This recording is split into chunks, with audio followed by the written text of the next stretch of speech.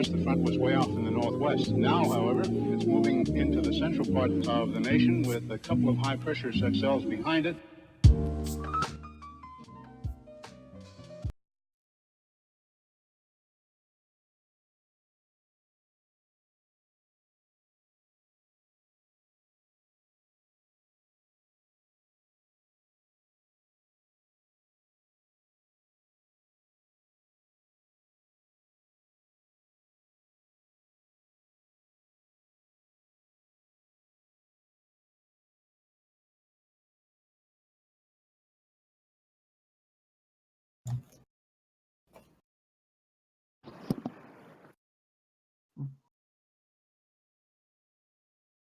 Oh.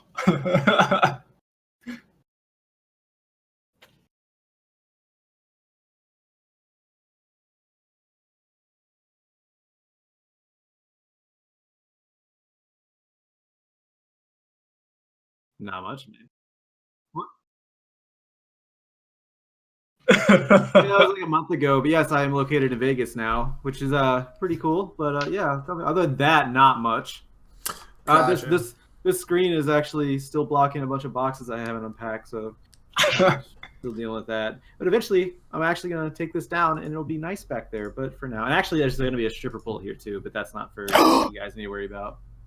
Well, that's spicy. You can feel free to add us when that comes down. All right. Yeah. All right. To my top right in the Timo hat, we have the League of Legends community manager, the Discord gatekeeper, the poster of memes on the CSL League of Legends Twitter. It is Mr. Brennan Drake Hero. Biggest Coach Drake LOL fan club right here, boys. Coach Drake fan club. Shout out. RMU versus the world. Not anymore, dude. Have you seen their roster? CC versus the world. He switched. So somebody over at RMU is just like, stop it, please stop. Like we've already for the past 2 months, that's like all they've been just like hearing is just like, guys, stop it, stop bullying us. That's funny. Down to my bottom left, one of the newcomers last year in the CSL and was absolutely awesome. It was Mr. Kyle Corvus Crow. Great beard right there. For some reason, I saw you like less than a month ago, and I don't think that beard was as big as it was. Like, it's the Irish blood; it just grows real fast. I'm pretty sure you were like almost clean shaven last time I saw you. I remember his baby face very well. It's my Twitter face is baby face, so there's a very stark contrast you can see there. So it looks good. It looks good. Thanks, guys. Are you down in the south, close to the dirty? Oh yeah, no, I mean this is Atlanta, Georgia is the dirty south, right? So only the dirtiest. It's a good time. I almost moved there. I almost moved. Yeah, we talked about that. I did move there, and I left. Yeah, you abandoned ship. Okay. People are starting to make better life decisions. Eventually, you realize you got to move west if you want to improve your life quality. You know, just get closer to esports. I was kidding. Sorry. All right, and down to my bottom right, another one of our newer additions last year from the CSL. I kind of had it was a two for one package in a sense when I got him. It was Mr. Brian Brain Starkey. Almost, you almost got it. Brian Brain Starkey Stark Brain Brian Starkey Brain Starkey. See, now you feel the pain that like Kyle and Josh have to go through every time they cast with me is like. How do I even start out this stream without messing up my co-caster's name? I can actually say your name, and I've proven that. Yeah, exactly. It's a name. I messed up his name on purpose, by accident, rather, once, and then after that, it was all on purpose. Now I just call him Brain. Brian Starkey, Brian. God damn it. You know, it's fine. The origins of that name lie very much in the same way as the stream, so it's fine. I'd love to hear that story one day. It's not nearly as exciting. But not today!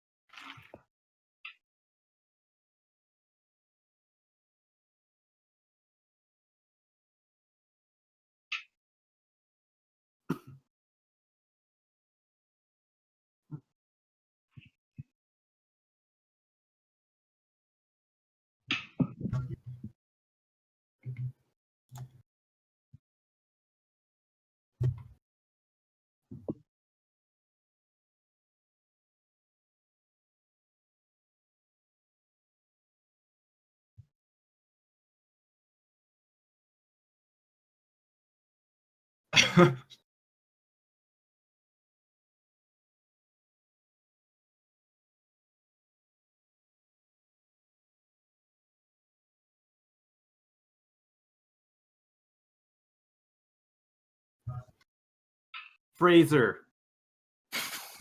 We got memed out for that.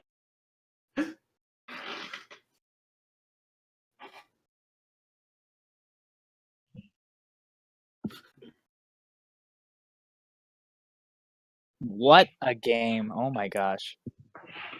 Yeah, I actually. Oh, go ahead, Kyle. I was gonna say, you mentioned Simon Fraser having a very strong showing in terms of their divisional strength, not just a competitive semifinal, but a competitive final as well there, and having to run through significantly harder teams than we may have seen in other divisions. I think the North Division deserves a huge shout out there as well, just having so many good teams, because we didn't just have Maryville and RMU. Columbia was getting into form. They were in a bit of a building year, but they had an excellent team that I think would have put up in other divisions, as well as Kansas, I believe, was a pretty powerhouse team going on there. KU. Yeah, I feel like Kansas was pretty good. I'm a little bit skeptical about their look for this upcoming season. Like they looked good at Midwest Campus Clash, which we'll talk about here in a couple minutes. But I think Kansas does deserve a shout out. But I'm curious to see how their program's going to develop from there. Because it feels like they were struggling a little bit, even when it looked like they were looking pretty strong during that division playoffs. It's fair point. Yeah, I mean the biggest concern with that is that are they going to advance more than or keep up and keep on pace with the other teams that are advancing a little bit more? I mean, obviously, I think they're going to be better in Robert Morris University, but I mean, Columbia College and Maryville University, they're still, Columbia College. Honestly, we've only seen one instance of them so far. We'll get into that later, but I mean, they're making they're like moving the little chess pieces to get into a better position. Of course, Maryville University, they're staying relatively the same because. I mean, they're champions and they want to be champions once again. So as long as they can keep up pace with at least Columbia College, because we already know where Maryville's at. If they can keep up pace with Columbia College, and they still have a good chance. But I mean, Columbia College, they are looking pretty stacked right now. Yeah, Columbia College. Oh, go ahead. Go for it. You got a good thing going. You guys are jumping way ahead. Let's finish up last year. Wait. I have one last thing about spring. Just kind of to touch on spring to now real quick. So the campus, the West, we saw that the University of Utah, the Crimson guys are there. Did I win the bet? No, I didn't. It was only 13 minutes. I had the numbers reversed. I'm sorry. So we were talking about the Crimson. They were in the West in the same section as like UCSD, UBC, all of those guys. I'm actually really excited to see what they look like this year because they only got to round 3, I think, and then they got knocked out by UBC. But over the summer, they actually proved their full-time like varsity full scholarship like big program, and so that's something that's going to be good to keep your eye on. That didn't have a super strong showing last year, but they're looking like they could do very well this coming year. Now, do you guys have a list of power players from last year that have stuck around for this year? Like they haven't graduated yet. They're still on the teams. They still have potential to look their best. Do you have any players you're looking out for? Kyle, go ahead. I was gonna say I got a position, and it's the top lane. We had the best two campus series top laners were from the North Division. I think statistically when it was Saskio and West Coast Carry from RMU and Maryville University. It seemed like when these guys played, like they were the only ones that could give each other trouble against all the rest of the teams. And that's not to discredit any of the other wonderful top laners, but it felt like these guys were kind of on another level. I would say that they had the best rivalry for sure, but honestly, like Gold Jet, like that guy was pretty baller too from us. Oh yeah. Oh, absolutely. Okay, sure. Yeah, Gold Jet was pretty awesome. Yeah, I would as far as like top tier ones, I would definitely throw him in there. But as far as what you're talking about, yeah, definitely it is hard to compare because we didn't see them. The whole point of this now is that they're actually on the same roster. Yeah. So Collegiate this coming year is gonna be the top lane looks to be this very now it seems because they're both at Maryville University. It was West Coast was part of the great RMU Exodus. Ended up at Maryville, and so I'm expecting both of those players. I don't know how on earth the coach is going to choose which one to sub in. But we are jumping it.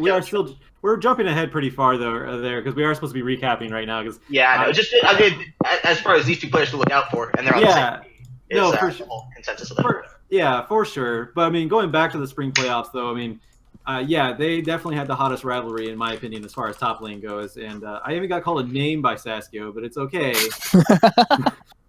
He's a champion now, so you can do that. Can you share the name on stream? I probably can. I'm not going to though. Banned. Dang, rude. Yeah, no, with I two know. O's. But that was actually at the Midwest Campus Clash, and that was the time that Robert Morris University actually won. They won their first championship at the Midwest Campus Clash, and that was RMU versus Maryville in the finals there. Yeah. So I mean, that was probably the sweetest moment for Robert Morris University. But because if you've read Julian Alexander's interview with Drake. Drake from Drake Porter. Drake Porter, yeah. Coach Drake. The one that matters. Yeah. I wasn't gonna say. I want to degrade the Timo guy here, but yeah, he actually goes into detail about how I guess you could just say depressed overall Robert Morris was after some losses, just not being able to get along with each other. So I feel like Midwest Campus Clash was probably their brightest spot so far, and now. You have to do something with that now. As far if as we jump back on that, if we jump back on just that man for a second, bandwagon, I know. That man, didn't he mention that Robert Morris University at the Midwestern Campus Clash, they had just completed another tournament as well before heading over there? Didn't they just compete in something and immediately had to travel to the Midwest Campus Clash and compete on the same day or something after their travel, and then still won? Even through exhaustion and depression throughout the season before that? I heard that. I certainly believe it with the work ethic that those guys brought to the table, but that is news to me.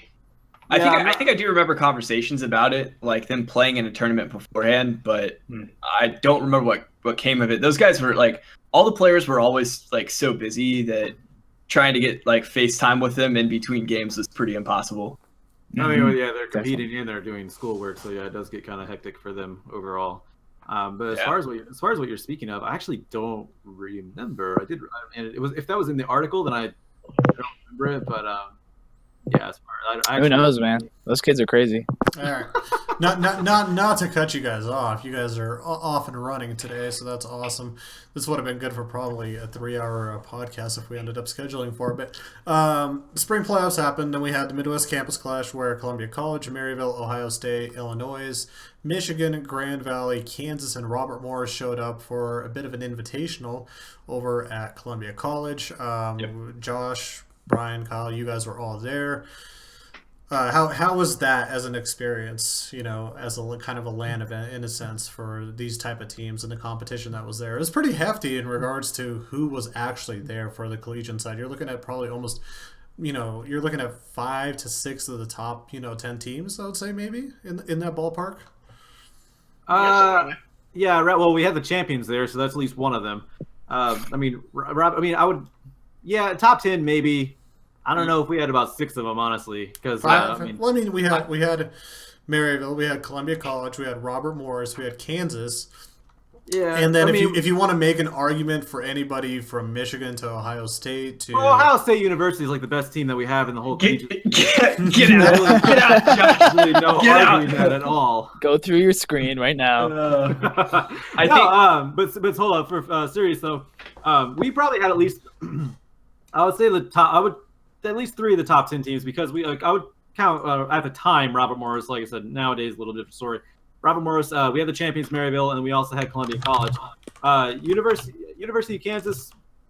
I mean, you can see they were a good team, but I mean, when you have to throw them up against I don't know, like the other regions, because this is very region centric, more like the northern region around there. There are so many good Canadian teams. University of British Columbia. I don't care what Drake Porter says; they are relevant. Yeah. UBC, I think will always be almost relevant to that guy. Almost no one's relevant to him. I mean, you had a lot of different different teams there. And like I said, Columbia College, I'm putting them on that scale right now. Honestly, back then, they still had a little bit of trouble because they were still forming. They weren't quite as seasoned as they should have been. They were probably on the same par as University of Kansas. But I mean, when you talk about that, they didn't make it to the postseason. Robert Morris, out of those teams, Robert Morris and Maryville University did. And then you have, like I said, plenty of Canadian teams that were in the top 10 for sure. And if you want to, Carnegie Mellon, man, Carnegie Mellon's so weird. They are in an odd region that they're all right in. That's the thing with Carnegie Mellon. I consider them a good team. I consider, I think it was Yusui. I consider him a really good player. Yeah. He just needs a little bit more support around him for sure. Obviously, Mega Zero as well. Mm-hmm. Mega Zero is good. I mean, if I could be completely frank, he's fallen off a lot. I mean, he was an ex-pro. He obviously has a few different priorities in his life right now, which I mean is totally cool. It's whatever. But I don't know if it's just the team or him individually, but I feel like Yasui was outshining him way more, and I didn't know who Yasui was until I actually started casting Collegiate. I already know who Mega Zero was because he's famous. He was already in the professional scene. But as far as I'm concerned, he wasn't playing like he could have been. He wasn't playing like he was a professional, if you know what I mean. No, I definitely hear that point. The credit that I want to kind of lay on that is I feel like with the members you see aside that CMU had, they probably shouldn't, I'll say, have been able to make it as far as they did. I know the East was a weird region, but when I watched that team, I felt like there was some degree of. I would credit it to, from just a total opinion, I would say it looked like his experience in, higher level play helped kind of hold that team together, because we saw teams with much better players like Columbia, who has a lot of very high level individual talent that didn't gel when we saw them this last season, right? Like you were mentioning that before Columbia had their issues to work out. I think their team play was one of them. I felt like it was almost the opposite issue for Carnegie Mellon. Like we were looking at this group of players that on paper may not have stacked up as well, but were able to come into it together. And maybe it was just, Yusui, and you mentioned that certainly they didn't play around him as much as they did. But whatever the factor was, somebody was bringing a lot of cohesiveness to that team. And I'd be quick to credit the ex-pro with that if it's a guess. I think there is some validity to that, right? Like, I mean, it may not necessarily be like he was coaching them or anything like that, but there is a certain structure that you get when you are a former pro. Like you have this structure of like, this is how you scrim, this is kind of how you look at stuff. And if Carnegie Mellon didn't have a coach and they just kind of went into it with Mega Zero, like I can see that structure being provided, and where you have that kind of structure and that kind of mindset, I could see that being beneficial to a young team.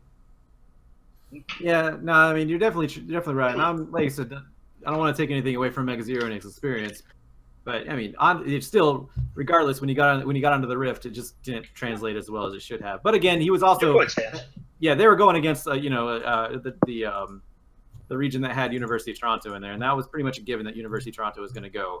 But yeah, speaking of postseason, University of Toronto, they did not have Yummy Bananas, but we'll get into international events later because we did have Yummy Bananas on Toronto, and they actually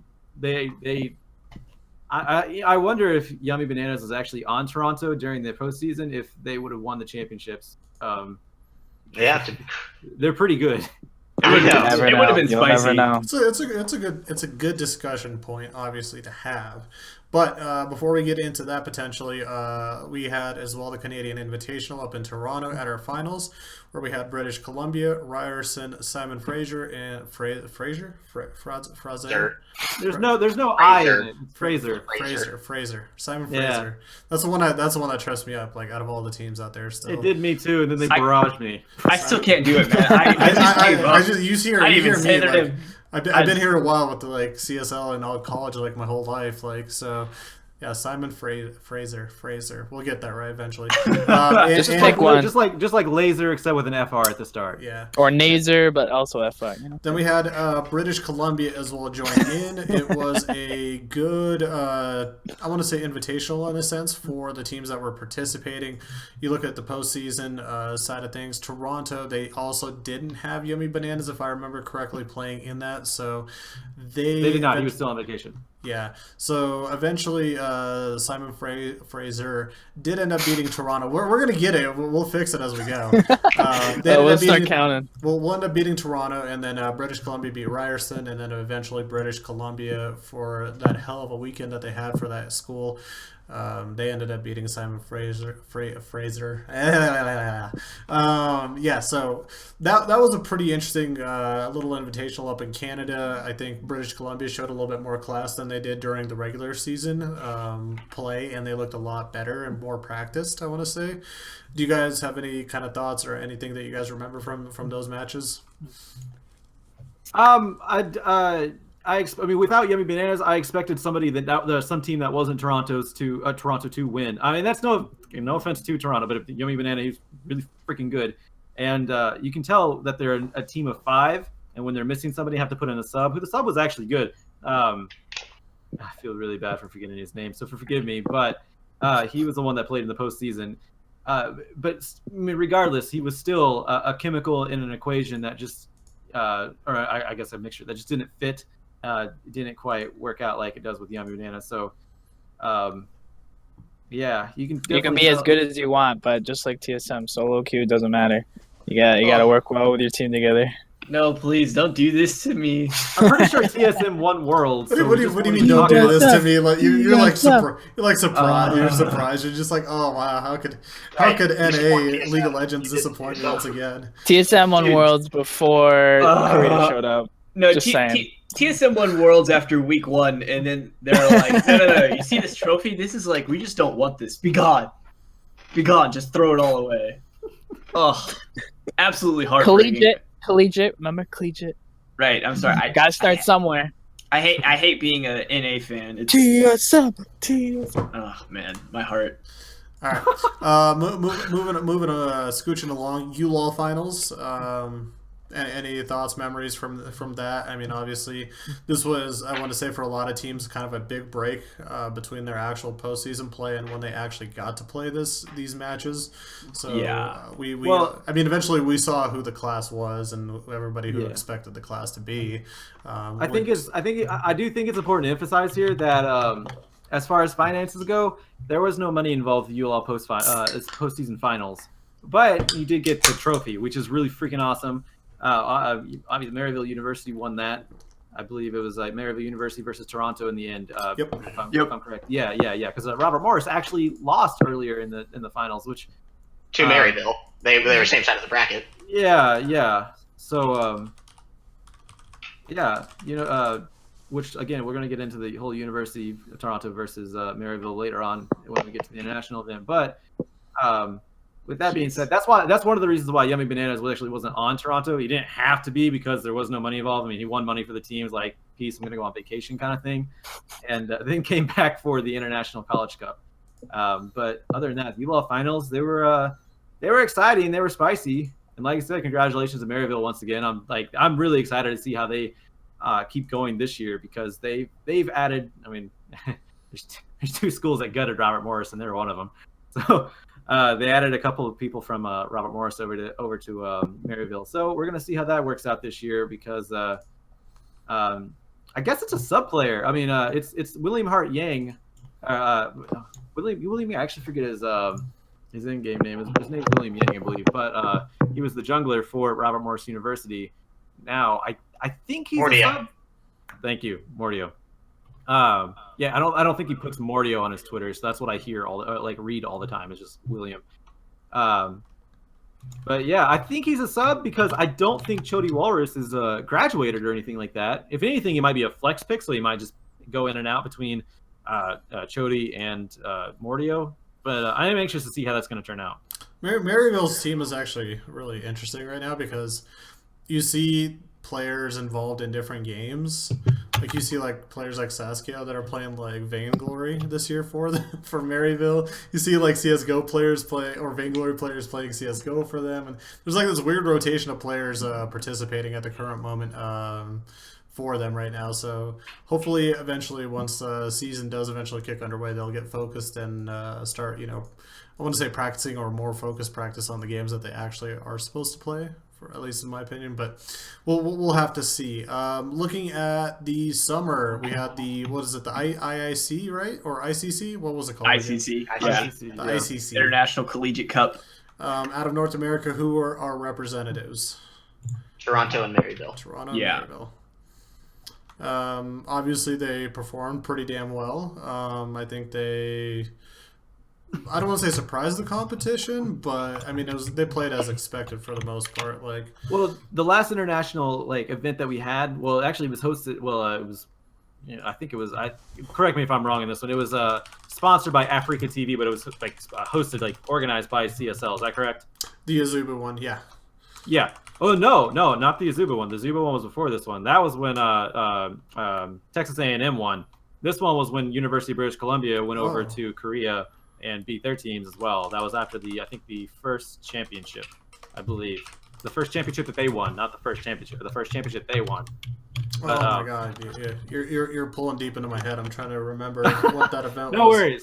No worries. But it was sponsored by Africa TV. I do remember that, and it was just organized by us. But with that being said, it's not the first international event, so I don't think it should be surprised because North America has won twice in a row so far. As far as international events are concerned, where that I know of, like I said, Texas A&M and University of British Columbia. So unfortunately, Maryville did not make it to the finals. They actually ended up losing to Toronto because Yummy Bananas was back on that team, and that's why I make such an argument that if he were on the ULA finals and everyone was playing at their maximum capacity, the University of Toronto, they may have won, but we don't. Obviously, we're never going to know. Maryville University, they are the champions regardless of North America, but over in China, they did fall to University of Toronto, and unfortunately, University of Toronto came in second overall to, I believe it was Haikou College of Economics, if I recall. Yeah. Haikou? Haikou all weekend long. Haikou. It was a team from China, Haikou. Yeah, the Japanese team did not do very well. I think it was the Japanese team of anime voice acting, I think it was. Listen, I want to defend the anime school. All right? Of course you do. No. Listen, I don't speak Japanese. I speak Chinese. So just cut me some slack. I think. Nani? So the interesting, Japan is a really interesting conversation. Just not only for collegiate, but for the professional gaming scene as a whole. Just because it's not typically seen as a successful path to be a pro gamer. Still trying to take off, and Riot just in the last 2 years have finally put actual servers in Japan. I think it was in the last year and a half. They didn't even have servers in Japan. They had to play on North America servers, I think. So it's you had to take this long circuitous route to even play League. Well, when did the LGL actually come out? LGL was 6 months after they put servers over there. Okay, so they had the access there. I don't know when that was exactly. They had the access for it for a little bit though, right? Yeah. So they had access for 6 or 7 months, and then my understanding is that the LGL came out, and then they're just kind of trying to LJL. LJL. Whenever I speak quickly, my G's and J's sound kind of the same. Oh, okay, LGL. Yeah, that's right. Yeah. Yes. So my thing, Flare. basically, my thing is Japan's not nearly as competitive as the rest of the regions because it's still way younger. Yeah.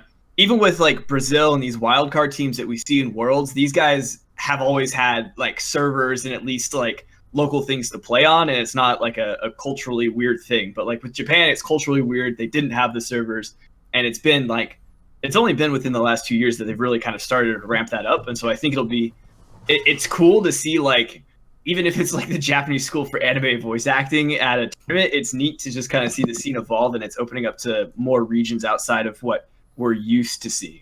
Yeah, and I actually do hope that this sort of thing continues. The international competition continues as an annual thing, because I actually feel like they're going to be pretty good in the next couple of years.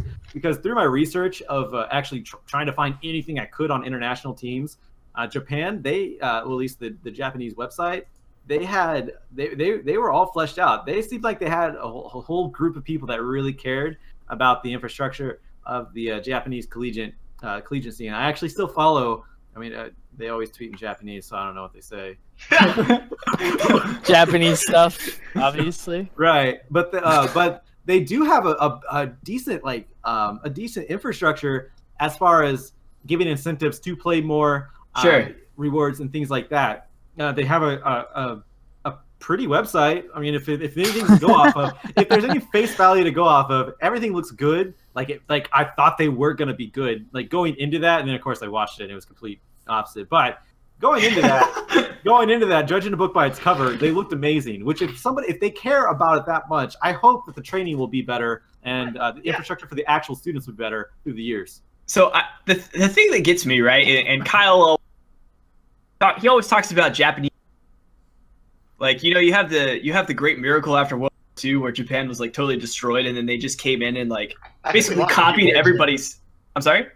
I lost a few words of what you were saying. I don't know. Yeah, if you want to just repeat the first part of your sentence, you cut out for a little bit. Sure. Sorry. Discord hates my mic and it gets really upset. Still better than Skype. Yeah, you know what? That's fair. I was saying that like the one thing the Japanese do is they take what everybody else is doing, then they look at it and they're like, yo, we can make this like 4 times better, just like microwaves, right? Like they took microwaves and they're like, yo, microwaves are cool, let's make them cooler. And then they did. That was GE. No, I'm just saying like Japan takes stuff, makes it better. And so I think this is a prime example of that, where they have the coordination and they have all that stuff, and I think they just need to work up to it, like Josh said. Yeah, it's pretty much time will tell on that one. Yeah, just like time will tell for NA. You know, once NA gets infrastructure and NA did better than no, I don't want to. Well, isn't that the whole thing? Like NA's whole thing is that they may have raw talent, but they have a hard time, putting it together and working on it. Where these, other teams in Asia just have the focus. They can work better as a team, and in a team game, you see like demonstrations of that coming live, and it shows progress. Damn Netflix and pornography, man. We can't focus over here in NA. I can't. Hello. Japan has pornography. That's the first kind that I watched as a kid. Get out. Gosh. What? Now who's Yeah, but they use that to distract us. You think they watch that? No. That's our distraction. My bad. They infiltrated our minds. They're like, we're gonna be better at video games than you. Here you go. I only got to plat, so that's that. I guess it's working. All right, let's not hang up on that too long. Overall, I mean, just in general, kind of final words. You guys sort of enjoy that international competition and opportunity for teams that or players that technically might not have a future, say in LCK, LPL, wherever at in the world, LCS. This is an opportunity for them to show off international competition while representing their university, right? I loved it. Absolutely. It was amazing. It was a great thing. I had to be up at 3 a.m. in Castle. I was there with you. We were all there with you, man. Dan never sleeps. I appreciate it. Oh my god! And then I had to go to work because I was a man. I was working a full-time job at it. That really sucked. But the event itself was awesome. Oh yeah. Josh was the real hero. Waking up at 3 a.m. I just had to stay up until midnight. Yeah. West Coast. Looking at last kind of things for the summer, roster moves, staff moves, any ones that you guys want to comment on? Drake. Well, besides Drake Porter, hello. That is the story. I am so excited. Yeah, don't inflate his ego too hard, guys. You know why I'm excited? That dude is a walking bicycle pump of his own ego. This is why I'm excited, because God bless this man moving to Columbia College. CC versus the world is one letter short than RMU versus the world, so I can save on that Twitter posting. I can do one more letter. Oh, okay. I need an exclamation point now. Wait, it's the Brendan, only time. Are you like an RMU fan, or are you just a Coach Drake fan? Coach Drake Porter fan. Hello, fan club hype. Dude, it's like the Jake Palmer club for Drake Porter. Who was RMU without Coach DP? I don't even know. Number one Drake Porter fan. You know why? I am more of a Drake Porter fan than I am of a Timo fan. Wow. Okay. I can't even challenge. Do you see all these Timos? I don't see any stuff. I just need to put up posters of Drake Porter all around my room. That's all I need to do. We need a card. Daniel, can we commission a Coach Drake cardboard cutout? No, we can't. For real though. For real though. If we have a live event, maybe we could do like one of those like big face cutouts like they have at college games. Yeah, like I'm so excited for just that. Like whip it out on the table. Besides Twitter account, here's why I'm also excited. Because Drake Porter has said that the reason he's excited for this transition as well, and the reason he moved, is he was limited by RMU. there was another coach there that he had a hard time pushing the team with because there's just constant battles between them. So now that coach is full-time for RMU, I believe, and now Drake actually has full power and support over CC. So he can truly form the club to his visage, and he's already said that they have the raw talent needed that he can shape. So he's going to take work, but they're the only team that matters. So. It's not just that they had the potential before, but like pickups are insane. Like they picked up the new 80 carry that I always forget. Bucksack. Bucksack. I always spoke highly of Bucksack. He was one of the most consistent players. You don't remember his name. Listen, Bucksack. Listen, let's not get caught up on the details. I don't know. Can you just say their name like 5 more times in a row? Yeah. Hold on. Like Bucksack. With a K. Just more on to the whole Robert Morris and CC thing. I actually do understand. I've come to understand that Robert Morris they put up. Well, there was we've always harped on Robert Morris infrastructure, but from my understanding, it actually turned out that they didn't have as much support as was. They didn't have school support. Yeah, CC does. Yeah, that's the thing, is that CC is full on board. Coach, I almost called him Coach Porter. Jesus Christ, Coach Porter. Drake isn't the only coach on there. Let's actually not forget there is Matt Meininger as well, who's another coach that's also going to be supporting them as well. He's not as popular. He's definitely not as outspoken. No one's as outspoken as Drake. But he stated his reasonings for that, by the way. Yeah, I know. No. I got it. I love it. I don't care. None of this is criticism of Drake. It's facts. Oh, yeah, exactly. Got you, Drake. Facts that I think really high up. But that's the thing. I mean, I'm never going to complain that he makes a ruckus because I like ruckus because it gives me something to talk about. But anyway, it's a good time. Yeah, Columbia College. This is another reason why I'm having a lot of faith put in them, and kind of, I'll be honest, I'm kind of getting on board of the hype train because it's not just Drake. It's other support staff. It's a school that backs them. That they actually seem to care. And we were at Midwest Campus Clash. I'm pretty sure that was the president of the school, correct? Yeah. That came out at the end and was actually really happy with the turnout. Really excited that they're stated they were actually going to be doing more more focus on esports, which that's freaking huge. When you have a school backing you, that's when you can actually succeed. That's when you get the resources. That's why all these grassroots organizations that were really good. And like Michigan, which I love Michigan. I'm really cool with one of the Tony on the player, one of the players, Tony. He's like a really cool dude. But when it comes down to it, he has no backing. He has what they can build themselves. But you go to places like Maryville and you've seen the result of Maryville. Clerky has all the backing in the world from them and is able to use that to really empower his players. And you see where that gets them. It gets them a championship. It gets them to China. And even though obviously he didn't win in China, but I mean, damn, they went to China to compete against the world. So whatever, who cares? That's why I think Columbia College is going to be so powerful. They have a backing just like Maryville does. But I think it's going to make all the world a difference. Yeah, and now they have the players that have that all-star success behind them, right? A good handful of players that are now. Even over the summer we had ADGL run their tournament live event in Denver, which Columbia ended up winning. Great stage experience and a trophy now to bring home. 2 for Drake. Yeah. So obviously we had Bucksack from our Bucksack. Yeah. My man. And then but Hollywood, right? Yeah. Hollywood's in chat right now. Yo, can we Hollywood?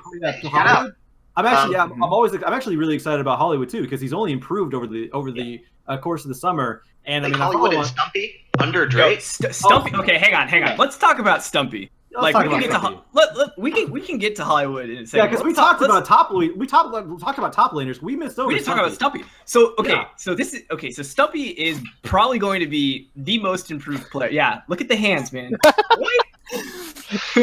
What? No, Stumpy. I think Stumpy is the most improved player from last season to what we've seen so far this season. We haven't seen any of the guys from Maryville, so I'm not sure what they look like. But Stumpy by far looks extremely impressive. And in the lead up to DreamHack Denver from AVGL, he jumped I think it was 50 or 60 spots up the ladder.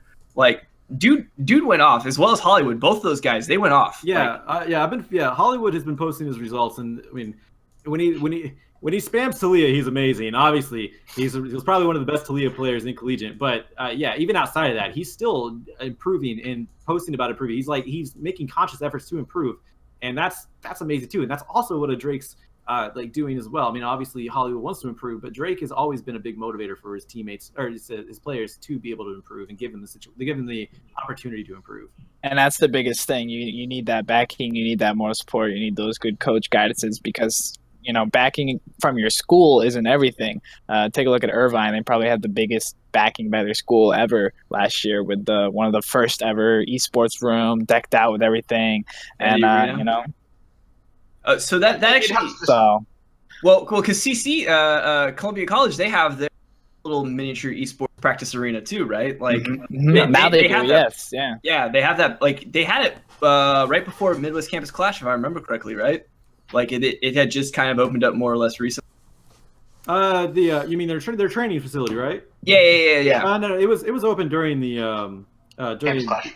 It was open shortly before that, though, right? It was open during last season's campus series. Oh, okay. Yeah, because I think whenever I interviewed or had Hollywood on the show, I mean, I believe he was actually broadcasting from inside there.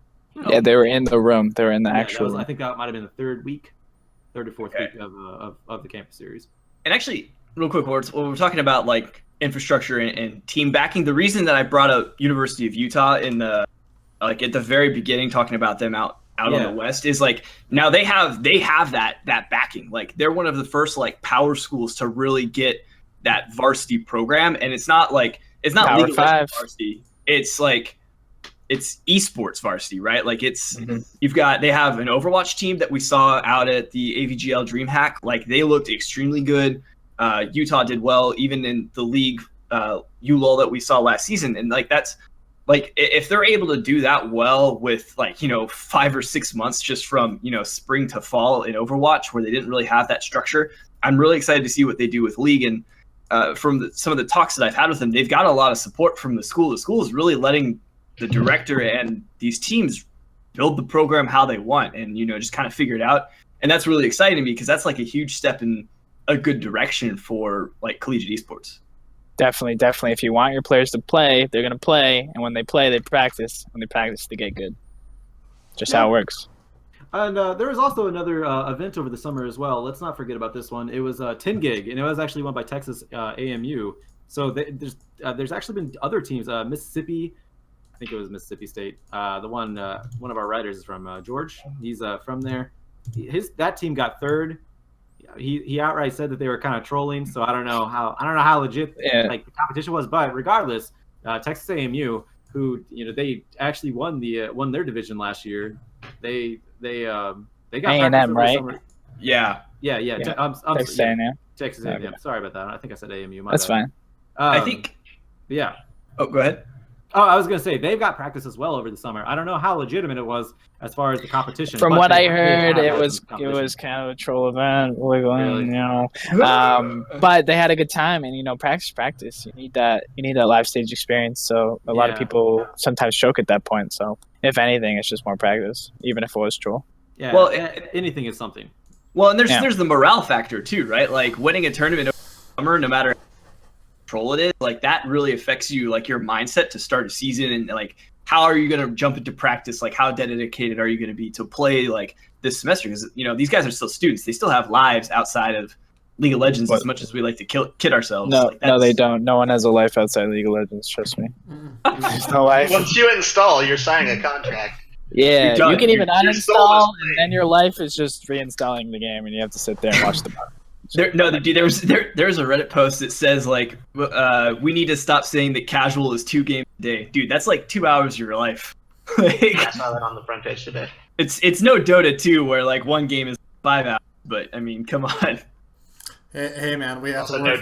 We have to work for our wins. Sorry, we have to earn them. Actually, we can't snowball with one champ. It just down lanes. Or you just get carried. All you do is get carried. Yeah, along those lines. All right.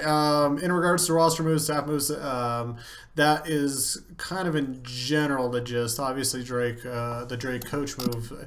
Weird that in esports that's one of the biggest moves that we can notify over the summer season. But pretty much is everybody expecting? You know, how would I say it? With these changes, RMU is going to get much weaker probably come in January now. Unless they surprise us. I'm excited. But the expectation is that they will be bad compared to the good teams. Yeah, I think we will be lucky if we see RMU rise up to where we saw CC last year. Yeah, that's okay. Yeah, no, I'm kind of with that too. They got, like I said, they got gutted. They have straight gutted. Yeah, their assistant coaching staff picked up the pace on that one, and took the place of Drake. But I mean, at the same time, like their players pretty much all abandoned them. Gillette's gone. West Coast he went over to Maryville.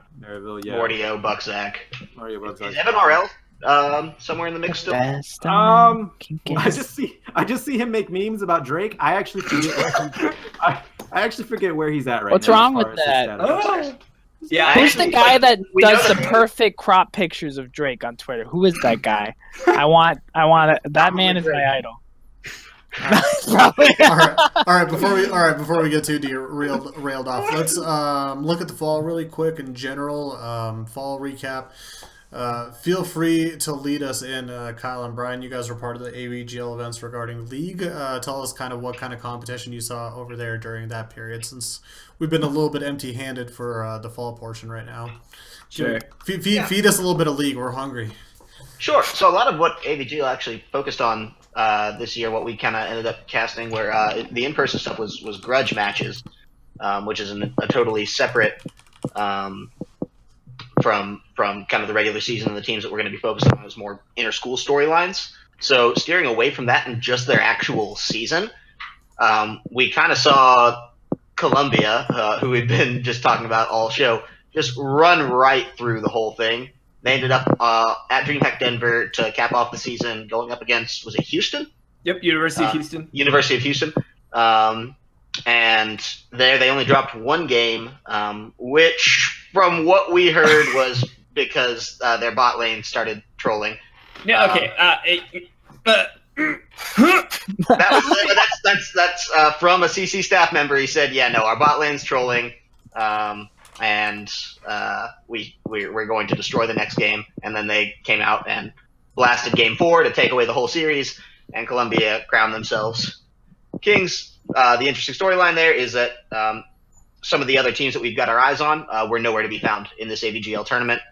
Columbia was kind of the only team of this absolutely high caliber that we've been talking about here thus far, or that we expect to be of that high caliber, I'll say, to be more fair and inclusive there, that actually took the time and initiative to enter. I heard a lot of storylines from a lot of teams saying, "Oh yeah, we just kind of didn't know about it in time," and then registration was like, "We would have loved to be there, but we just weren't on the ball." So yeah, I don't know. I try not to let that kind of thing be an excuse, because they should have been it's not the team anyways. I blame social media. Yeah, they knew DreamHack. Yeah, exactly. Social media is so rampant. I've known about DreamHack for a few months before it even happened. I don't know. Why didn't social media post about it? Like, come on. Hold on. Yeah, why isn't Twitter Who is more the hacker active? known as social media? If you show up to a tournament unprepared, then it's your fault. You're just not being the team that you should be. I don't use any of that as an excuse, and I'm going to be 100% cold about all of that. You need to be. You look at social media. There's honestly, comment below how we can make you understand when shit's happening. Like, let us know. We would love to, Yeah, you post about things. CSL posts about things, and we weren't even hosting. We're not doing it. Well, we had some of our affiliates were there, of course. But yeah, there's so many resources to show that DreamHack was having a Collegiate League of Legends tournament hosted by AVGL. If you don't know that and you still show up and you weren't prepared, that's your own fault, and you deserve not to be a good team there. Wow. So, to kind of deviate from Fekis's tirade, which I agree with you. I 100%. It's not me saying that I don't agree with you at all by changing this. Like, I completely agree. He doesn't agree with you. No, I do. It's actually pretty rare for me to disagree with something Josh says. You just disagreed with what I said. But you're not Josh, dude. Could Get you? out. Get out. Get out. So to touch on what Kyle said about the University of Houston CC, so University of Houston actually surprised me. I didn't expect them to put up that kind of a fight. Like, game 1 was absolutely crushed by Columbia. Game 2 was a lot closer than it should have been. And game 3 was University of Houston just showing CC the what for. And the reason why I was like super skeptical about what Kyle said, CC like bot lane trolling, is because there was a lot of problems in game 2 that like Columbia just wasn't able to get a hold on of, and so it just looked like Houston came in and we lost last sentence there. Like, We're just gonna imagine what he's saying. Oh, okay. I was basically saying that like University of Houston had a good handle, like started to get a good handle on what CC was doing during that game 2, and then game 3 they really like buckled it down, and then Columbia College came in game 4 and they were like, no, just kidding, we're going to completely change and tighten up our game again because we're not going to lose, and bring it back. And that was something that we talked about while we were there. It's just like Houston did a good job of like kind of tweaking these weaknesses and finding these things that Columbia just wasn't doing well in games in like game 2, and they really ramped it up in game 3. And then I guess Coach Drake and a couple of the guys caught on for game 4, and they really brought that back. And I think that's one of those big things of like those mid-game adjustments we talk about. But I think there's a little more to it than just simple trolling, and we are making out CC to be very good, and they are. But we also have to keep in mind that they're still just trying to figure stuff out, right? Like, these guys are, a lot of them have played together before, but you do see, you know, like you said, there are some new faces, there's a new coach. Like, there's some stuff that is still going to have to be worked out. But the good news is that they did do AVGL and DreamHack, and so they have that like big stage experience to at least clean some of that up, right? You just gotta believe, man. Cool. Are we good on that? Do we feel comfy? Yeah. I think I've got everything out. We got comfy with that. All right. So that's kind of at least what's going on in the fall, as well as also there have been some moves and announcements regarding League of Legends for the upcoming spring here in 2018. If you guys want to check in the little script, I added a couple links in there if you guys want to follow along. The first and foremost one is going to be the College League of Legends season. That is announced by Riot on their side, and basically the overview of that, if you guys remember ULL last year, it's going to be very similar to it in regards to approach. But this year it is called the College League of Legends season, and it is going to be varsity teams that are going to be playing in that kind of Div 1-esque ULL area. Obviously 4 regions, once again, north, south, east, west. It will begin on January 15th with a postseason of conference playoffs, and the regular season will run from January 15th through February 25th. 6-0 and 5-1 teams will advance out of a 6-round Swiss format. All matches are going to be best of 3, so that's going to be, I think, interesting to see how that ends up going, and in regards to maybe some of the randomness factor and what the matchups might end up being throughout the season. So that's obviously a nice little interesting talking point. Conference playoffs are going to be 3 single round elimination brackets for each conference. All matches will be best of 5, and that is going to be run from February 26th through April 8th. And first in each regional conference advance to the college championship. Second place from each conference advances to the championship play-in, sort of similar to last year. And for teams that actually don't qualify for the conference playoffs, you got this cool little fun event that's going to be called the Timo Cup. We're getting innovative now. College League of Legends is getting innovative now. Teams Look, don't you hate? This is the best event ever in existence entirety. I'm just saying. Yeah, possibly. We never. Why didn't know. we think of it first? Exactly. Teams that don't qualify for conference playoffs can opt in to compete in this online tournament with RP prizing taking place between conference playoffs and college championships. So for those teams that do get eliminated, you guys have more opportunities to compete, play, and earn and win stuff. So keep that in mind. You'll also have the college championship play-in. That is going to be April 9th through 22nd. Teams are split into 2 best-of-3 round-robin groups. Top 2 teams from each group advance to the college championship. So a total of 8 teams will be going once again to the College League of Legends Championship. Which again, I think it's cool. If you're a really good team but not good enough to finish out of your region, you're going to be actually really busy from like January through like April. You're going to be busy as hell playing. So it's almost worth it to be like either really good or really bad. That way you have some time to do other things. Well, just really serious, right? Because I mean that busyness is a platform for improvement for some of the teams that obviously have the potential. True, but again, with exams and with not every program getting as supported as they are by certain schools, you know, it can be really hard, especially once it gets into March and like early April, and for some even in late April and early May. Once you know big events are happening, there's finals, there's a lot of other things going on that might distract them at the time. So you know, it's like either your life is going to be very committed around League of Legends, or it's basically not. You know, depending on how you play. So the championship side of it is going to be once again in early June, 7th through 10th in LA. 8 teams, single elimination bracket, so 4 from the regional playoffs and then 4 from the play-in cup. Quarterfinals are going to be best of 3, semis and finals are going to be best of 5.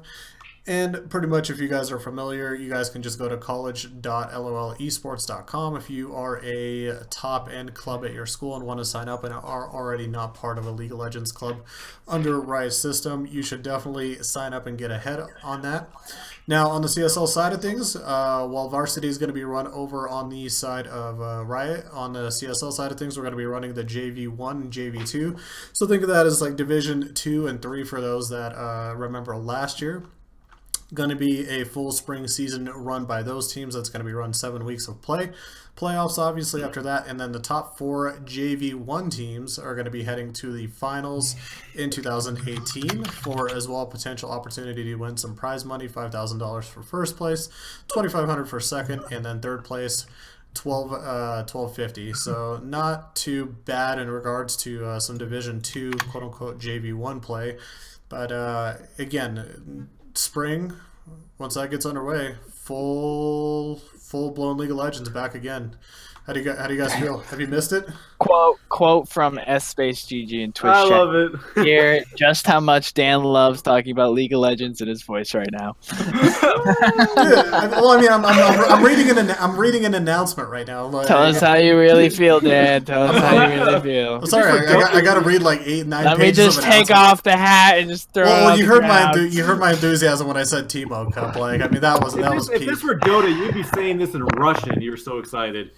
Yeah. Well, I mean, look, come springtime, we're back in action again. The family's back together. Obviously, another 7 weeks plus playoffs of a lot of action going to be happening. So I don't know. How do you what? Full blown League of Legends is like Dan's worst disease. You could contract.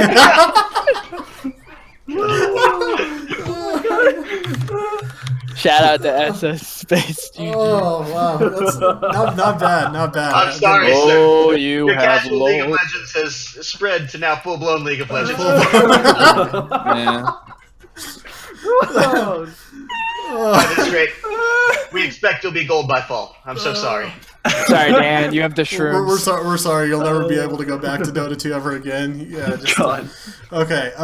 Yeah. So again, in a sense, layman's terms, 3 divisions are back, very similar to last year. The big difference is probably the Swiss format, right? For the group stages for the varsity side for the Collegiate League of Legends. Yeah. Yeah. We actually have a very relevant question in chat. How does the Big Ten network fit in? Do we know that? Is there information on that yet, or any sort of affiliate networks that they're going to be? I'm so glad a camera's not on my face right now. But yeah, no, we don't know. Oh boy, we heard that. Why? Dude, what am I supposed to tell you? Like, no, the camera. Look, we're not gonna go down that route of what kind of communication, how communication works around this area. For those who can't see Dan's face, he's got this yes. For those who can't hear Brian Starkey Oh my God. what he's saying is for those who can't see Dan's face, he's got something. I don't know. I didn't hear him. I hate my life. This is Big unbelievable. smile, man. No, that was so funny. That was so funny. Brian cut off Drake. That was perfect. You took him right over. I was like, why isn't anybody doing anything? Speaking of communication, that's a prime example. You're just not funny, man. Yeah. You know what? That's actually believable. That's why I'm the color in I'm not. What? Sorry, what was that? We missed you there. So we don't know what's going on. We don't know what's going on with the BTN right now at the moment. Obviously, I would assume that in some way, shape, or form, regardless, either they play in general, college, League of Legends, varsity, yada yada play, or they are their own conference setup. I would imagine they'll have an opportunity to compete this year, but that is not up to us to decide. So we are keeping eyes on that as much as you guys are. So. And we'll definitely let everybody know as soon as we find out, because that's very relevant and on social media. Yeah. How do you guys feel about the Swiss format in regards to groups play for the College of League of Legends side for the varsity play? I just wish they would. Are we allowed to actually give our true opinion on this? I wish they would pick a format and stick with it. Thank you. Yeah, exactly. We're talking about formats here. I mean, there's different ways to format a league. I mean, this is a new approach that. This is the 5th year. By the way, 5th year of Collegiate League of Legends by Riot. We went through 2 different labelings, 3 maybe. 3 NCAs. You all. It was the NACC or something like that. Yeah. I think this. I mean, at least where it's going, I think it's to formalize the name of it that is more relevant, easier, accessible, searchable, and understandable. Because when you have whatever names that are all over the place for all these different leagues, and without a clear College League of Legends, it is sometimes hard to navigate through and find who.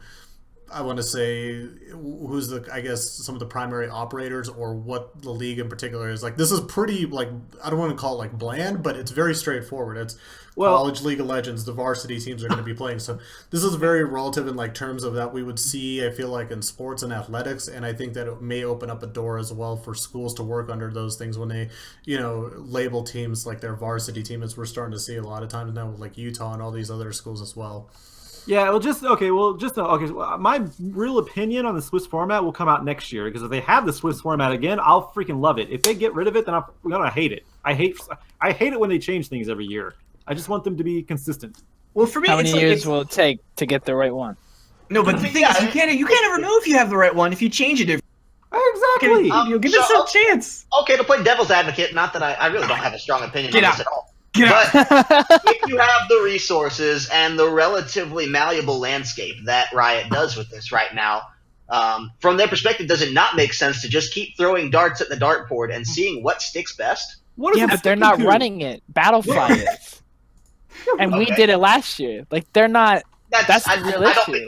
I don't think that's really contradictory to my point. I think the argument here is you can have disagreements about how you think something should be run, and there's obvious flaws with it, but you're not going to be able to figure out if it's the best one if you just keep changing it, right? I think that's kind of the point, is the constant changing isn't even allowing them to try to improve on previous formats, because previous formats, none of them are alike. It just keeps they go from one end of the spectrum to the other.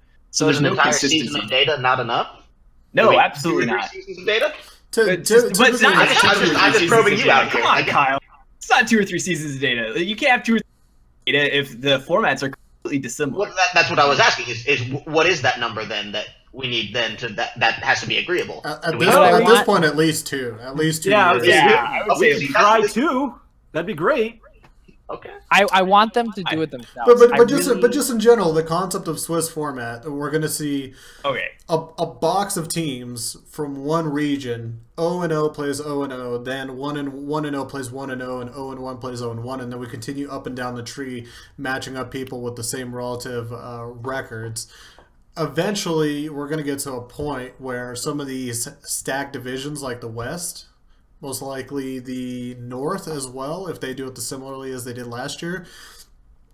Some of these teams actually might get hurt by this system here, because they might get eliminated, or if they take 2 L's somehow in this format within the 6 rounds of play, which again, for somebody like a Maryville, I doubt that will happen. For somebody like a Columbia, doubt that will happen. But you never know. Some other top team that's trying to get in there, that might, kind of, if they're on the fringe, that might actually end up knocking them out, to an extent. Guaranteed by 3-0, in some divisions, you're going to have teams. We're going to be seeing not necessarily upsets, but really good teams drop to just other really good teams matching up against each other, as that only funnel pyramids up. Yeah, well, because you've got like your Georgia Techs, your Texas A&Ms. These schools are very, very good, but I mean, the reality is like they're not these unbeatable, invincible teams. They do lose, and so you are going to have good teams just get hit early, right? Like, I mean, that's the nature of the game. Maryville really doesn't lose unless it's like outside of ULaw. Right. I mean, that's what I'm saying. Like, solid feedback. We're just taking a slight little shot at Maryville, just like bang, just like I have that one. I'm just saying. You have to get your tiny little dagger in there. Right. They've lost in the Midwest Campus Clash and lost in China. But outside of that, they haven't lost. Never. Do we see like one game? I guess here's the question: once we get out of groups, are we still most likely going to see a lot of the same teams that we saw from last year playing, and then once back into bracket playoff format? As long as brackets aren't too squirrely, we're going to see a lot of the similar teams back. The Torontos, the UBCs, the UC Irvines. Like, are we going to see most likely a lot of these teams back? There shouldn't be a terrible amount of changes in regards to the amount of talent that there is, or at least the teams that have the talent. Outside of like an RMU scenario, we should see most of them back to where they were last year, right? I was going to say, besides that one blue shell outlier that was RMU getting then blue shelled, yes, the teams that were good have no reason to be remarkably worse that we've seen. Yeah. Just from the buzz that's going around in the community. That's one of the things about Collegiate that differs from pros, that you'll always have that time where people are just graduating out. And some schools definitely will be feeling ramifications of that. But by and large, no, that's not an excuse for any of these schools to sometimes, you lose one person on your roster and the whole team falls apart.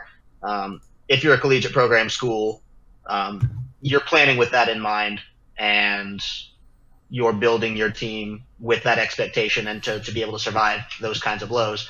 And so I really think that the scene in general is going to be pushed by these, super teams we're seeing kind of come together. Mm-hmm. And all of the teams that we saw that were in that echelon of pretty good don't have an excuse to get worse. Gotcha. Now, with this bracket, do you think it's going to be more enjoyable to watch just from the beginning? Do you think more games are going to be enjoyable with the way they're pairing teams up together? No, not unless a top team hits a top team.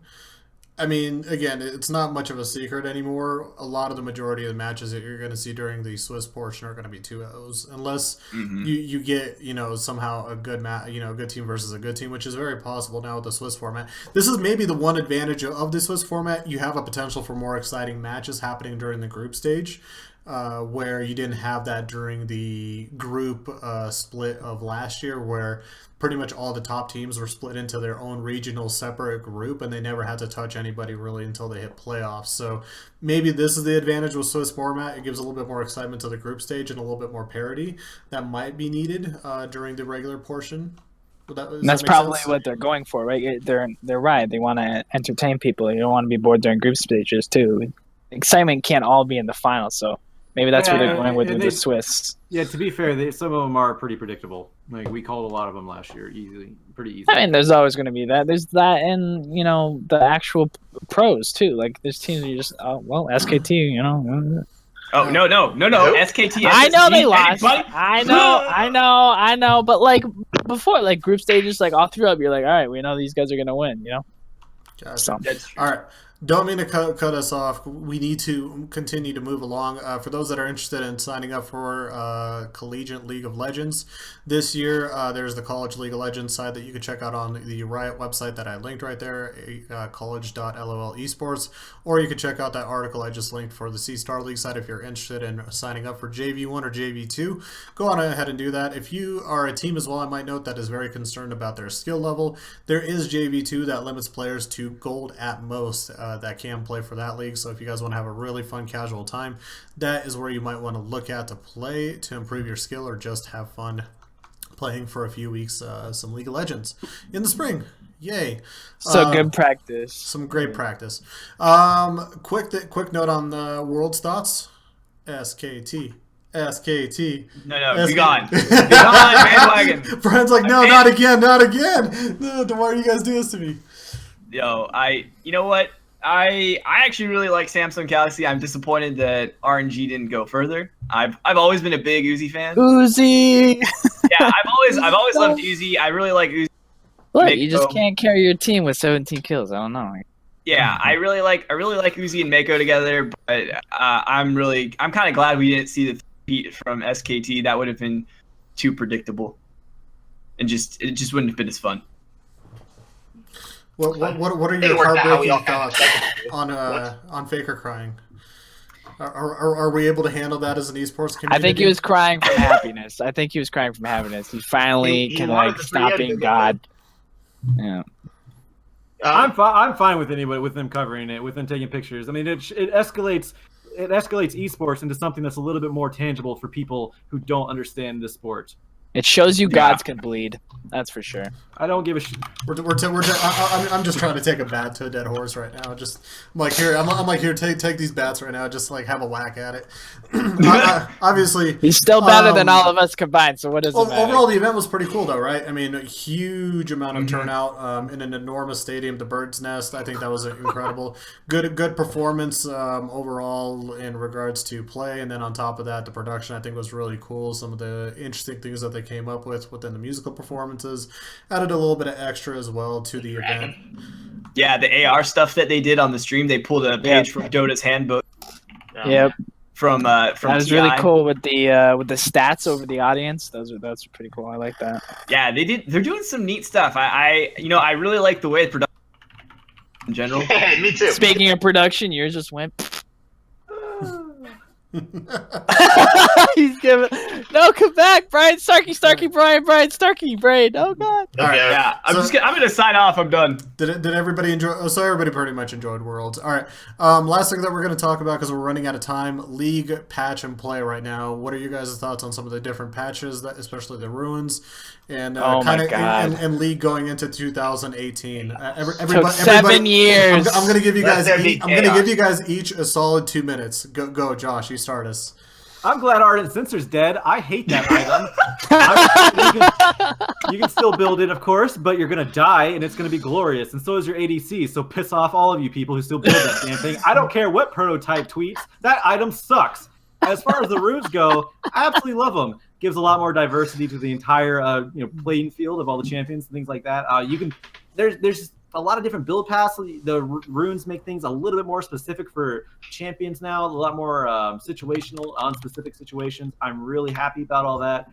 I'm really excited to see it in more competitive team comps because my solo queue team has no freaking clue what they're doing. So I would love to see it all coordinated into one sort of. I don't know if they can also somehow make everything work in a cohesion like runes and masteries. There's a lot of things that benefit from different things, like speed ups, boosts. Even cooldown will give you AP now or damage. It's really weird the kind of state that they're in, obviously, because it's all new. But it should be really fun. I'm really excited. It's probably the most fun I've had playing League of Legends in a good while. I really like. No, since beta, since League since of Ashmed, this is the best. Yes, Ashmed. I really like the runes. I'm glad they removed masteries. We were actually talking about this beforehand. The runes and so I'm a Fiddlesticks one trick for anyone who doesn't know me. The runes and masteries that I use, just in case anybody didn't know. Yeah, that's right. All throughout last season. Well, I used the exact same runes and masteries the entire time for Fiddlesticks. I did not change them one time, and I had a 70% win rate with him at one time. Going into plat, it was really stupid. I should have to change those runes. The new rune system, I can actually change them and feel comfortable doing that, knowing that I can actually make an impact on the type of game that I'm having based on who I'm going against. I didn't change my runes in 7 years. Yeah, you exactly. I actually forgot to buy runes. You don't. You did. They were. There's no point to them. It was horrible. I was asking the entire time playing League of Legends, get rid of runes. It took 7 Or at least years. get rid of rune pricing. Yeah. But 7. Oh, and now we have 2 flashes. We have a flash and a hex tech flash. Flash-ish. It's a flash-ish. No. There's it has a flashtation or something like that. I think it's called flashtation, which is stupid and ridiculous, but it's very funny. There's also a minion dematerializer. Don't know what that's for. You have an item. Materializes minions. I'm going to figure out a way to use that. I want to come back. All right. ZZ Rock Portal. All right. Just like our My 2 minutes is just up. like our political debates. I gotta put a timer on that, Josh. So one bad item. That's what we're walking away from. What one bad mastery? One bad mastery. All right, Kyle, go ahead. Yeah, okay. I don't want to focus on any of the specifics of what these new runes are going to do. I want to focus on the big picture of that they've just taken the whole game and put it in a blender and slapped it on the highest setting. And I don't actually think that I would not be surprised if a lot of this stuff were not thought through, pushing it through. And the mindset is we're pretty sure we know how this is going to go, but this is too big of a scope for just the general playtesting that I believe even Riot can thoroughly vet out. So now we're left in a scene that I think preseason, ranks don't matter. We're going to figure everything out. We're going to fine tune it going into the actual season, see what the community comes up with as OP. And that's it. Look, we're going back to the Wild West of League of Legends. We've taken the rules that made sense now and swept them off the table, and we're just telling everyone, hey, figure it out. And while I think that's certainly the right decision from their mindset to keep it very Fresh. Yeah, very fresh. Cat wanted to say. Didn't want to say hello that much. No, as far as Riot's decision go, great for them. Great for the players that have a lot of time to nuance and nitpick through this. Not great for the dudes who get like an hour and a half every couple days to slam at League of Legends. Takes us a little bit longer to catch up. But all in all, I think going to make the pro scene, the collegiate scene, a lot more interesting to watch. Maybe hits a bit of a reset button on the casual viewers and what we know about League. Agreed. Brian? Good stuff. So yeah, I agree with both Fekes and Kyle. I think hang on, I'm gonna get closer so my mic doesn't cut out during my tirade. Sorry, what'd you say? Oh my god. Oh god, we heard you. Okay. I agree with both Fekes and Kyle. I like how this is gonna. I feel like it's gonna change the landscape and also change the nuance. Fekes and I were talking about this before we started, and it was like I feel like you can be a lot more situational now with what you pick, specifically in your runes and your masteries. I think your masteries are gonna stay relatively same.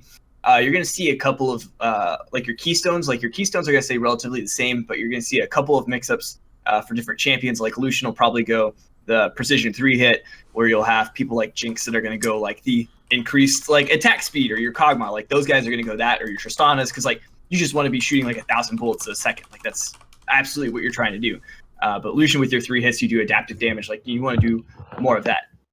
And so I think it allows you to be a lot more situational, nuanced about how you want to do it. There's a lot better picks based on champions, based on matchups.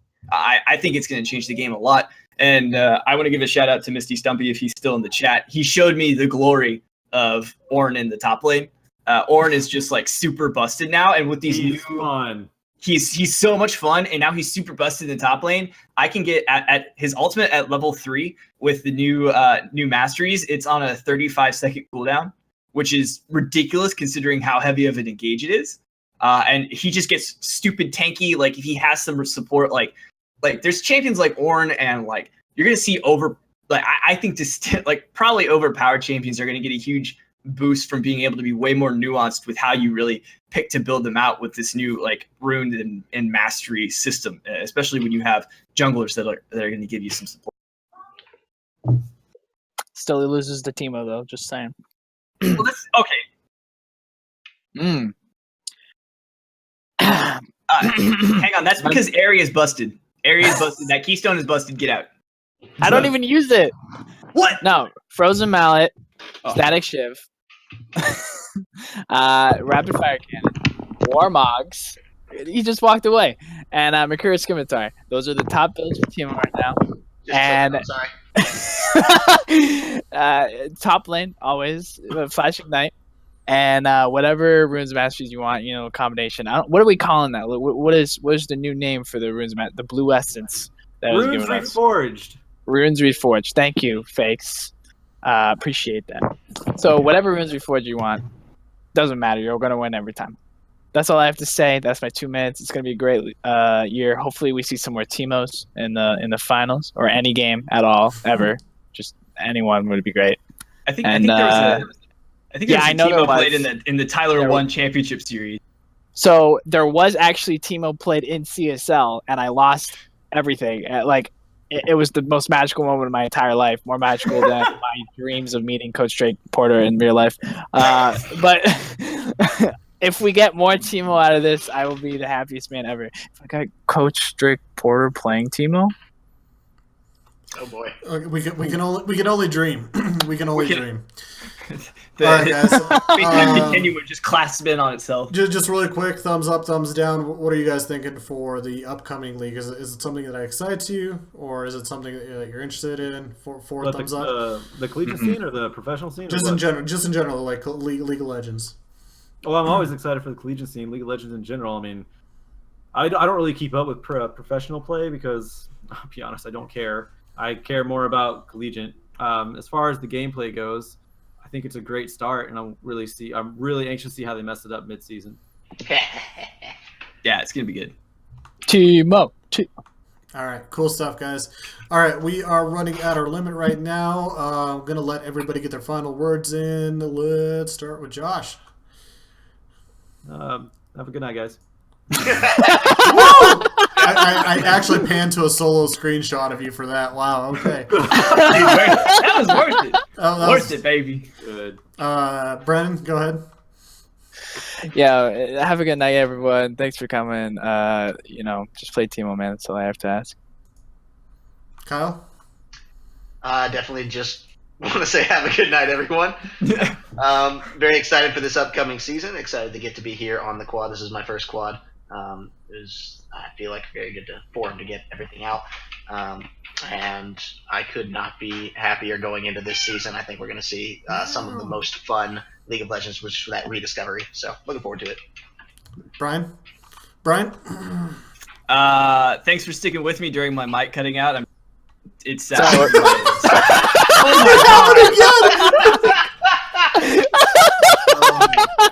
And he's out, folks. That's all we got from Brian Starkey. Brian Starkey. Wow, that was quality timing. Wow, good job. Shout outs to your mic company, man. I'm done. We had a question in chat. What mic are you using? I believe you commented. I'm using a Yeti Blue. Yeah, I'm using a Yeti Blue. Shout out to Yeti Blue. Yeah, I'm retiring. I'm gonna retire. Dan, can I just retire here? Always. You know me. If you need to go, you need to go. I'll let you go, man. This is the peak of my casting career. All right, guys. Just want to give you guys, again, a big thank you for tuning in. If you guys missed any of it, we're going to be uploading it to YouTube, youtube.com/CStarLeague. If you're interested in following all the collegiate news and followings, feel free to follow us on Twitter at CSLLOL, all in one word. My man over there, Brennan, he'll be bantering out some good memes for you guys to follow and keep tabs on everything. Obviously, feel free to go to the CStarLeague.com website to read up on all the recent CSL news that's been coming out, as well as also if you're interested in registering for JV1 and JV2, as well, head over, I think it's to college.lolesports.com to register your varsity club for League of Legends. If you're interested in playing as well in the spring, we have a really fun season coming up for you guys to participate in, so be sure to be a part of it. And especially if you're a JV1 team, you have a lot more incentive because you can be at our finals participating. Top 4 teams will be traveling, so do well if you are going to participate in that. Other than that, we got another week lined up, week 6 of games coming up on Monday, starting through Thursday, and then we have another 7th week of games coming up after that. Over the weekend, I don't know if we have Smash or not going on for qualifiers, but if you guys just want to follow this Twitch channel at /CStarLeague, we always apparently have almost every single weekend now Smash going on, so it's really cool if you're fans of fighting games. This is going to become a really hot spot for you guys to keep tabs on as well with everything else going on. Next week, Vainglory playoffs begin as well, so if you're a fan of Vainglory, they're underway with their playoff side of things. And we should be back next Friday with another quad before we head over to Thanksgiving, where we will give thanks for things like not playing League of Legends, and stuff, all that good stuff. So other than that, I don't really have too much going on, guys. Again, I'll pop up all of our awesome guests once again. You guys can wave them goodbye, and under there you can follow all their awesome Twitters. And until then, be sure to watch out for Josh on the Rift. Don't run into mid lane, man. Don't run into mid lane. Just don't be there. Just don't be there. All right, guys. Thanks for watching. Take it easy, guys, and everybody have a good night. Peace out, Cubs Scout.